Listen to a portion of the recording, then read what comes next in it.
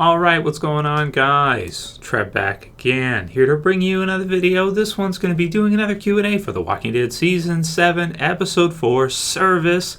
This one, the first question is, in Alexandria, whose blood is it that we can see in the promo on Lucille? 'Cause we're on easy street, and the song's been stuck in my head for 3 days. It's driving me freaking insane. When you're on easy street. It turned out much better than I thought it would. Okay, so first question for today's Q&A came from BrokeniRise. He says, Q&A, Trev, did you notice Lucille is covered in blood on the table right before Rick says that Negan is in charge? Where do you think the blood came from? So it's a great question. You can see it in the promo. I'll put the link in the description for you guys if you haven't seen it yet. This promo seems to be kind of full of little things that... are kind of indicative of what we're going to see, as you'd think. But usually they wouldn't show certain things like us being able to see Daryl in the background. I did a video on that already. It's in the channel. Click the channel name below if you missed that one, and click it. It's got an arrow pointing to Daryl, so you can't miss it. But for this one, I didn't really notice upon first viewing until you brought this up, BrokeniRise. So thank you for that. And you're right. Lucille does have blood on it. It's got some blood. It's got some matter on it. Possibly brain matter, don't know. And where did it come from is the question. So could we see someone else get Lucille'd in episode 4? I don't believe it to be kind of leftovers. It seems to be fresh.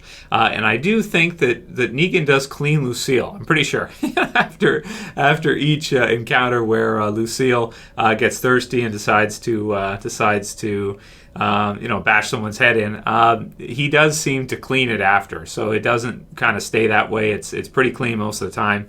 So we're to assume that somebody at the sanctuary for Negan is probably cleaning Lucille each time. In addition to taking Polaroids and this kind of stuff that he likes to do. So, do we think that we could see Negan kill someone else with Lucille in this episode, episode 4? Personally, I don't think so. I think after the initial message that he sent them in the premiere, that they're probably safe for at least a little while. That said, you do see Michonne, and her face looks quite concerned. She looks quite worried and kind of shock-faced. There's also one at the end where Negan kind of smiles at Rick, and Rick's like, totally shock-faced.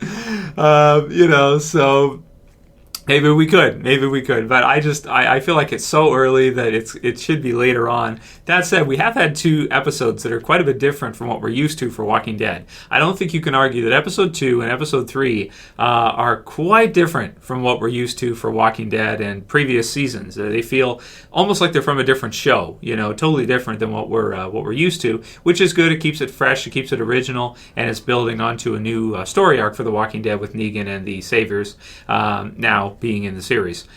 So short answer, I don't think Negan is going to smoke somebody. It's probably zombie blood, I'm thinking.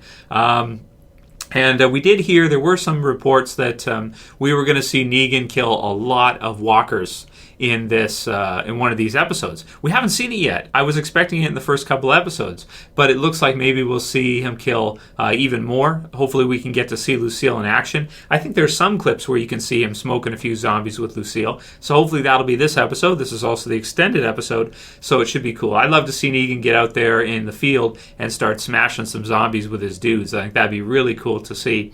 Just to kind of get a feel for how he fights zombies with Lucille and what it looks like in the live action version. I just think it'd be really cool. So that's what I'm predicting. You guys can write your comments below. Do you think it's someone from Alexandria, or do you think that it's actually just zombies like I'm thinking? Oh, okay. So I did the Talking Dead 30-second, Ultimate Fan submission on Monday. I just uploaded that real quick to the channel. I thought you guys might be interested in it. I could have just uploaded it unlisted, but I figured, why not? Let you guys know. So some people pointed out that Trev didn't follow the rules exactly, and you're right. One of the rules is within 30 seconds, so it was a quick one. So I got it done within 30 seconds, but I didn't say my name, certain things like this, this kind of deal. So that's true, but I actually can't follow the rules because I'm Canadian. I live in Canada, so it does say that you have to be, American citizen to enter. I entered anyway. Whatever. If nothing comes of it, that's fine. It's cool. But, just to have some fun, just to do that, and I had a good idea for the clip. I'm like, this will be funny. I should do this. So that's why I did it. I hope you guys thought it was funny, and it's real quick anyway. Sorry, I'm losing my voice. It's real quick anyway. It's nothing too major, nothing too long. So I thought it was funny either way. And yeah, so, but anybody, because I know there's a lot of you guys who really love Walking Dead, don't let me deter you from entering, because I'll probably just be, because I'm not American, I'll just be kind of crossed off.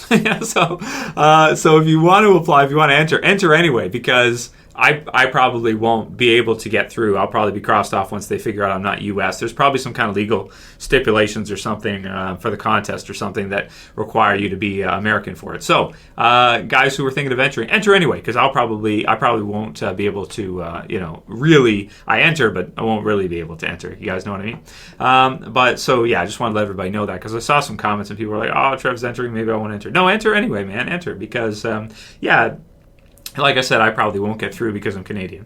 Fox King says, Q&A, Trev, which premiere did you find more enjoyable, Season 5 or Season 7? So this is really, really a good question, and now we're 3 episodes in. So if I had to compare both seasons, Season 5 to Season 7 currently, 3 episodes in, I'd have to say Season 5 was probably hotter for me, because you get to see the Hunters, you get to see Terminus, you get to see No Sanctuary, Carol being a superhero, and there's just some really cool stuff. Rick and the others massacring Gareth, Machete with a Red Handle, just Bob and everything. So the Season 5 first couple episodes for me they're pretty untouchable. They're hard to beat. No Way Out topped them, but it's one of the most exciting parts in the entire series, I want to say. Season 7, the premiere episode is insanely exciting. It's probably more intense and more exciting than any other episode they've done, maybe except for No Way Out. But it doesn't have any heroic moments. It doesn't have any of that kind of fun factor to it. It's a dark episode. It's brooding. It's bleak. It's brutal, and it's a traumatic experience. Is the Season 7 premiere. So I love the premiere from that standpoint. But which would I find more enjoyable? I'd have to go with the first few episodes of Season 5. That said, Episode 1 of Season 7, the premiere, I think is going to be an episode everybody remembers for the series. Like, it's going to be the craziest episode in the entire series, probably, for many people. The most intense, the most traumatic, the saddest. I think for a lot of people, that's going to be the episode right there where people were like, holy shit, what am I watching, right? But after the first 3 episodes, I feel like, Season 5 had a really good pace. Season 6 had a really good pace, too, because Season 6, it starts off a little slow in the premiere with a new story with the zombie monster movie, 30,000 Zombies in the Quarry. But then it just gets rolling, and it's like the coolest zombie film ever in like the first 9 episodes. So just after No Way Out, like from that until No Way Out, is something to behold. It's pretty amazing. So we'll see if Season 7 can top it. We have Negan, which is incredible to see. So it's tough to say. We'll see how this half goes. But episodes 2 and 3 have been a little bit different from what I'm used to, for sure. Not bad, but just different. The BrokeniRise says, pigs are so disgusting. Not only do they play in mud and dirt, but now it's confirmed that they eat zombies, which is funny. And I would think dogs would, too, because we did see the dogs there in Season 5. And I would think they would chow down on zombies as well, right? So, yeah, but you're right, pigs are gross. And we'll see what happens as a result of them eating it, if anything. A lot of people think it won't have any effect, but I feel like, why would they put it in the show if it wasn't going to have any kind of effect? Jay Morris says, do you think that Alanna Masterson, a.k.a. Tara, being added to the intro credits even before Rosita and Eugene indicates she will play a larger role this season? Would love to hear your thoughts on this. I'm very surprised what they've done with Tara. I'm not disappointed. I'm just very surprised. I really did not think that Tara was going to be this big character in The Walking Dead, but she is. She has her own fan base. There's a lot of guys that they like her. I've seen the comments. Even in and around the show, it seems like everybody really, really likes Alanna Masterson. And, the character of Tara. I like the character because she comes from a different walk of life and a different part of the story than anybody else. She's the only one to survive from the governor encounters, so to speak. She's the only one to make it from that Season 4 governor story arc where he gets this entire new group. He brings in her and kind of her family, and everybody from that story arc in season 4 dies. We're not really talking about Woodbury. Everybody from Woodbury kind of dies too, but you could count Sasha, I suppose, if you want to. Season 4, though, that story arc, Tara's the only one to survive. So that's kind of why I think that Tara is really cool to see, because she comes from a different part of the series than anyone else. And yeah, it's going to be good to see her kind of get her own episode. Let's see how she pulls her own episode, and whether or not it's going to be a bottle episode in episode 6, it looks like. So we'll see how that goes and how that feels and everything. And it'll be interesting to see her, get a spotlight, because she hasn't really gotten like a full spotlight episode on her, not bottled like that. So we'll see if her and Heath, how that goes, and how people feel about her after that episode. But I'm happy for her, and it was unexpected, and that's good actually, because that makes it more unpredictable, I suppose, as a series. Next one's from Luciana, and she says, Q&A, do you think Sherry's interventions were planned by Negan? She kept showing up everywhere, like Negan was trying to break Daryl by having her beg him to surrender. I think that was intentional. I do. I mean, I know she sees him, and she comes up behind him, and she like whispers to him and acts like it's not some kind of planned thing. But I thought it was planned. Like I felt like, okay, he probably had her do that because he was testing Daryl, and Daryl failed the test. I like the sequence though, because it's shot as if stupid Fat Joey accidentally leaves the door ajar, leaves it open, but actually it's not. It seems to all be kind of planned out as part of Negan, and they're waiting for Daryl, waiting to see what he'll do and what will happen with him. So. So I thought it was a cool sequence, and I thought that Sherry was in on it. But you guys can write your comments below. Let me know what you think. That said, she has been talking to Daryl a little bit more and apologizing to him and doing stuff like that, which I'm sure Negan has not asked her to do. So there's some stuff in there that I think was planned with her involved, and stuff that, of course, wasn't from Negan's perspective. What would Negan want is what you could think in that situation. Would he want her to say some of the stuff she said? No. So... yeah, that's what I think. Mayor A. Day says, hey, Trev, Q&A. Do you think Maggie will become more like the comic book Maggie this season? I think she will after what happened with Negan. I think she will distance herself from the group and maybe move to the hilltop and become kind of one of their members after this. So you're thinking that she might resent the others, hate Negan, and want to move to the hilltop? Yeah, I could see something like that. She doesn't appear to be in episode 4. We know she was sick, so I wonder if maybe her and Sasha are gone to the hilltop for a while, and maybe they won't be in this episode, maybe they will, we'll have to see. But yeah, after the premiere and kind of her getting a spotlight, the next 2 episodes we haven't seen her at all. So we'll have to see. I assume she'll be okay. I assume she'll be fine and all that. But there could be some good scenes between her and Rick and the others and everything that's happening. And it'll be interesting to see if everybody kind of resents Rick for what happened, because he is the leader and kind of all falls on him. But that said, it's not really like it's his fault. That said, they should have probably done reconnaissance and gotten an idea of who they were dealing with first, and kept one of the members of Negan's group alive. I know it's in poor taste for them to capture somebody, but the last guy who says he's Negan and Rick shoots him, I think it would have been smarter if they would have maybe handcuffed him up and taken him, and kept him, and then questioned him afterwards. So at least one of them they should have kept for intel, for info. Let Daryl torture them or something like he did with Randall. That'd be all right.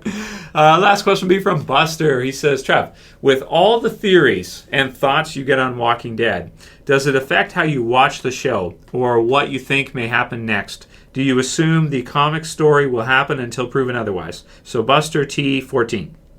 So my answer for you, Buster, does it affect how I watch the show, the fact that we do all these different discussion topics, we do predictions, we do theories, all this stuff?